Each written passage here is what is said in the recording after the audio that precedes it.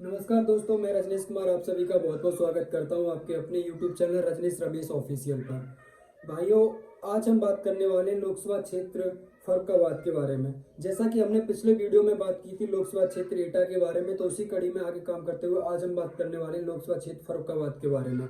भाइयों, मैं 2004 के लोकसभा चुनावों के परिणामों से वहाँ से थोड़ा थोड़ा लोकसभा क्षेत्र फर्रुखाबाद के बारे में जानते हुए समझते हुए और आगे बढ़ेंगे। और हम बात करेंगे फिर 2024 में कि ये सीट का मिजाज क्या है, ये सीट किस पाले में जाने वाली है। क्या इस सीट को इस बार इंडिया गठबंधन जीत पाएगा या फिर एनडीए गठबंधन इस बार फिर इस सीट पर जीत कायम करने में सक्षम है या नहीं। तो हम बात करेंगे 2004 के लोकसभा चुनाव में जो परिणाम आए हुए थे वहां से बात करते हुए 2024 की तरफ बढ़ेंगे और फिर बात करेंगे लोकसभा क्षेत्र के जातिगत आंकड़े क्या हैं, ये सीट का मिजाज क्या है। तो भाइयों, बात करते हैं 2004 के लोकसभा चुनावों के परिणामों की। तो यहाँ से 2004 में समाजवादी पार्टी के कैंडिडेट थे चंद्रभूषण सिंह। चंद्रभूषण सिंह ने यहाँ से समाजवादी पार्टी के कैंडिडेट होते हुए 2004 में इस सीट पर कब्जा किया था और उन्होंने लगभग 1,76,129 मत उनके पक्ष में पड़े थे। लगभग 26.5% मत उनके पक्ष में पड़े और उन्होंने यहाँ से एक जीत दर्ज की। दूसरे नंबर पर है खुर्शीद लुइस, जो कि कांग्रेस प्रत्याशी थे और इन्हें लगभग 1,73,384 मत उनके पक्ष में पड़े और लगभग 26% मत इनके पक्ष में रहा। तीसरे नंबर पर है यहाँ से मुकेश राजपूत, जो कि बीजेपी कैंडिडेट थे। उनके पक्ष में 1,36,120 मत पड़े और लगभग 20.5% मत इनके पक्ष में पड़ा। तो 2004 में ये सीट समाजवादी पार्टी कैंडिडेट ने जीती। अब बात करते हैं 2009 के लोकसभा चुनावों के परिणामों के बारे में। तो 2009 के परिणामों में यहाँ पर सलमान खुर्शीद, जो कि कांग्रेस प्रत्याशी थे, उन्होंने यहाँ से जीत दर्ज की और 1,69,351 मत उनके पक्ष में पड़ा और लगभग 28% मत हासिल करके उन्होंने ये सीट कांग्रेस के लिए जीती।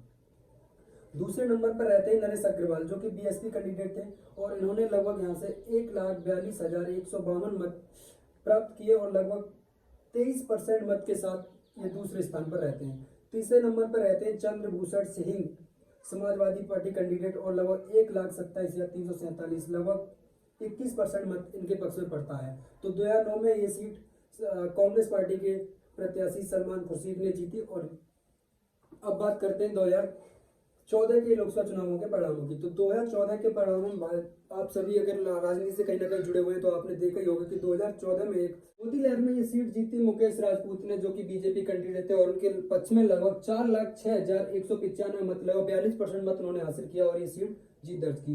दूसरे नंबर पर रहते रामेश्वर यादव, जो कि समाजवादी कैंडिडेट थे और उन्होंने लगभग 2,55,693 मत लगभग 26.5% मत उनके पक्ष में पड़ते हैं। तीसरे नंबर पर रहते हैं जयवीर सिंह, जो कि बीएसपी कैंडिडेट थे और उनके पक्ष में लगभग 1,14,551 मत लगभग 11% मत इनके पक्ष में पड़ता है। तो आइए अब बात करते हैं 2019 के लोकसभा चुनावों के परिणामों की। बात करें 2019 के परिणामों की, 2019 में यह सीट एक बार पुनः बीजेपी के खाते में जाती है और बीजेपी उम्मीदवार मुकेश राजपूत यहाँ से 5,69,880 लगभग 57% मत प्राप्त करके भारी भरकम जीत दर्ज करते हैं।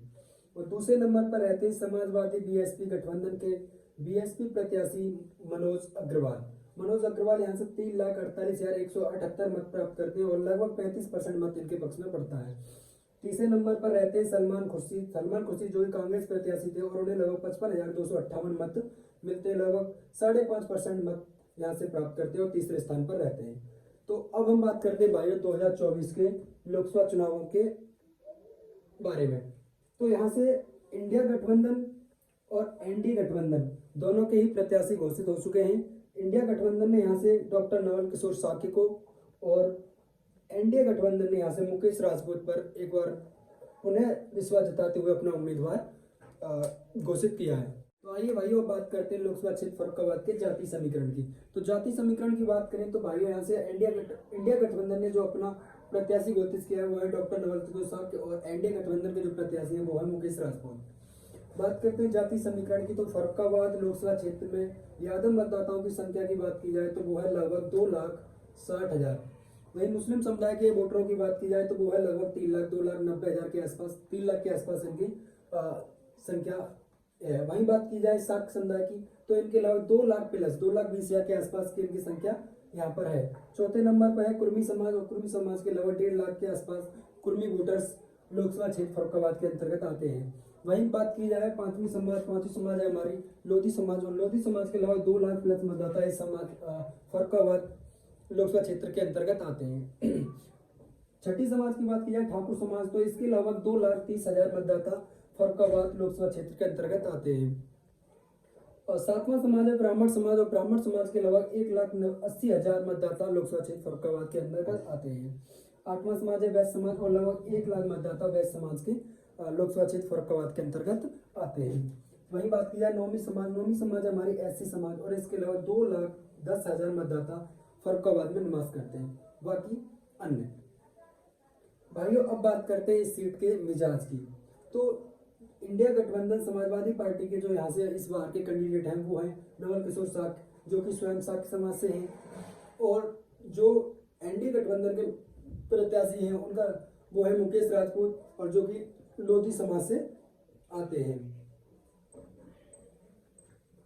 अब बात की जाए यहाँ के जाति समीकरण को देखते हुए कि इस सीट का मिजाज इस बार क्या है, तो भाइयों समाजवादी पार्टी का कहीं ना कहीं ये 3 कुर्मी और यादव मुस्लिम कुर्मी, जो कि समाजवादी पार्टी का कोर वोट बैंक है यहाँ पर। और इधर की बात की जाए इंडिया गठबंधन या बीजेपी की, तो लोधी, ठाकुर, ब्राह्मण और वैश्य ये कहीं ना कहीं एनडीए गठबंधन का कोर वोट बैंक है। ऐसी समुदाय की बात की जाए तो ये बहुजन समाज पार्टी का कोर वोट बैंक है। अब बात करते हैं साक्य समाज की। भाइयों, किसी भी पार्टी से अगर किसी एक विशेष जाति का प्रत्याशी आता है, तो चाहे वो जाति पहले किसी भी पार्टी के साथ रही हो, लेकिन उस समाज का जब कैंडिडेट उम्मीदवार आता है तो उस जाति का कहीं ना कहीं झुकाव अपने कैंडिडेट की तरफ हो ही जाता है। तो ये जो साक्य समुदाय में ये नहीं कहता, क्योंकि साक्य समुदाय का जो पिछले चुनावों में जो झुकाव रहा है वो कहीं ना कहीं एनडीए गठबंधन की तरफ ज्यादा रहा है, भारतीय जनता पार्टी की तरफ ज्यादा रहा है। तो बात की जाए 2024 में, क्योंकि समाजवादी पार्टी ने साक्य समुदाय से जो अपना प्रत्याशी घोषित किया वो साक्य समुदाय से है, तो इसका जो वोट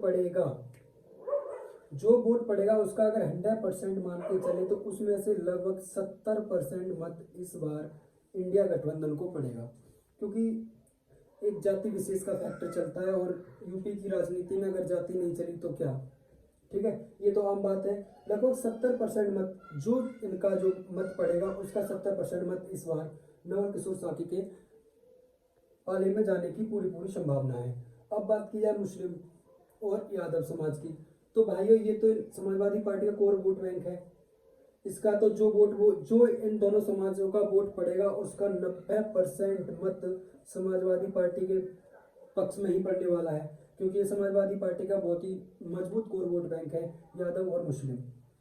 बात करते हैं कुर्मी समाज की, तो समाजवादी पार्टी के जो प्रदेश अध्यक्ष हैं नरेश उत्तम पटेल जी, वो स्वयं कुर्मी समाज से आते हैं। और इंडिया गठबंधन की बात की जाए तो पल्लवी पटेल, जो कि समाजवादी पार्टी के सिंबल पर विधायक भी हैं, वो भी स्वयं इसी समाज से आती है। तो इस समाज का जो वोट पड़ेगा, मैं कह सकता हूँ उसमें 70 से 80% मत इस बार इंडिया गठबंधन समाजवादी पार्टी के पक्ष में पड़ने वाला है। तो ये इनका, और ये जो है लोधी समाज, ठाकुर समाज, ब्राह्मण समाज, वैश्य समाज, ये कहीं ना कहीं इंडिया गठबंधन या बीजेपी पार्टी का प्रेजेंट टाइम में बहुत ही कोर वोट बैंक है, बहुत मजबूत कोर वोट बैंक है। तो इसका जो वोट पड़ेगा उसका लगभग मैं कह सकता हूँ कि लोधी समाज की बात की जाए, इनका अगर जो वोट पड़ेंगे उसका अगर 100% में से अगर निकालने की कोशिश करें तो 80% के आसपास 80% मतदाता अपने मुकेश राजपूत के पक्ष में ही वोट करेंगे। बात की जाए ठाकुर समाज की, तो यहाँ पर थोड़ा सा कम रह सकता है। मैं यहाँ पर 65% मत, 65 से 70%, 65 से 70% ये मत कहीं ना कहीं इंडिया गठबंधन में, और बाकी का 65 से 70% मत एनडीए गठबंधन में और बाकी का इंडिया गठबंधन की तरफ जा सकता है। बात की जाए ब्राह्मण समाज की, तो यहाँ भी लगभग यही रहेगा, 65-70% इनका मत जो है वो एनडीए गठबंधन की तरफ ही रहेगा। और वैश्य समाज, ये तीनों समाज में लगभग यही रहने वाला, और ये जो कि लोधी समाज से आते हैं मुकेश राजपूत, तो इनका लगभग 80% मत इनके पक्ष में जाने की संभावना है। अब बात की जाए ऐसी समुदाय के, 2,10,000 मतदाता ऐसी समुदाय के यहाँ पर निवास करते हैं। तो भाइयों, इंडिया गठबंधन में इस बार कांग्रेस है, और कांग्रेस के जो राष्ट्रीय अध्यक्ष हैं मल्लिकार्जुन खड़गे जी, वो भी कहीं ना कहीं इसी समाज से आते हैं, ऐसे समुदाय से आते हैं वो। तो इस वोट बैंक में इस बार सेंध लगने की पूरे चांस हैं, क्योंकि इंडिया गठबंधन में भाई चंद्रशेखर आज़ाद भी इंडिया गठबंधन से हैं। उनका माना जा रहा है, उनके बारे में खबरें चल रही हैं कि वो नगीना सीट से इंडिया गठबंधन के प्रत्याशी हो सकते हैं। तो इसमें कहीं ना कहीं सेंध लगने वाली है। और जो मायावती जी की जो अभी पॉलिटिक्स है यूपी में, वो पूरी तरह से शून्य पर आ खड़ी हो गई है। मायावती बीएसपी पार्टी की जो अभी प्रेजेंट टाइम की सिचुएशन है वो शून्य पर खड़ी है, क्योंकि उनके 2019 में 10 सांसद थे और 10 के 10 सांसद लगभग पार्टी छोड़ चुके हैं।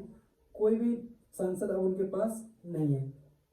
प्रत्येक सांसद ने अपना अपना नया घर ढूंढ लिया है। तो इनकी जो राजनीति यहाँ पर जीरो पे खड़ी हुई है। हालांकि ये जो वोट बैंक है वो बीएसपी का बहुत ही कोर वोट बैंक है। मानता हूँ इंडिया गठबंधन के पास दो इनके चेहरे हैं, चंद्रशेखर आजाद और स्वयं मल्लिकार्जुन खड़गे जी। तो उसके बावजूद भी इसका लगभग 60% जो मत होगा वो कहीं ना कहीं बीएसपी के ही पक्ष में जाएगा। 40% मत इस बार मुझे पूरा विश्वास है कि इस समाज का वो कहीं ना कहीं इंडिया गठबंधन की तरफ जाएगा, क्योंकि सब समझते हैं, दिख रहा है उन्हें कि जो फाइट होने वाली है यूपी में वो इंडिया वर्सेस एनडीए होने वाली है। तो यहाँ जो वोट बैंक है इनका वो इस बार सेंध लगने के पूरे चांस हैं, क्योंकि बीएसपी अकेले लड़ने का चुनाव का ऐलान कर चुकी है। भाइयों, वीडियो में जुटाई हुई जानकारी यदि आपको पसंद आई हो तो एक बार वीडियो को लाइक कर दें। और आपसे एक छोटा सा निवेदन जरूर रहेगा कि जिन भाइयों के लोकसभा क्षेत्र फर्रुखाबाद में दोस्त मित्र जानने पहचानने वाले हों उनको ये वीडियो जरूर शेयर कर दें। और अगली वीडियो की जानकारी प्राप्त करने के लिए एक बार चैनल को सब्सक्राइब कर लें, नोटिफिकेशन ऑन कर लें। तो मिलेंगे नेक्स्ट किसी वीडियो में इसी तरह की जानकारियों को इकट्ठा करके। तब तक के लिए जय हिंद, जय भारत।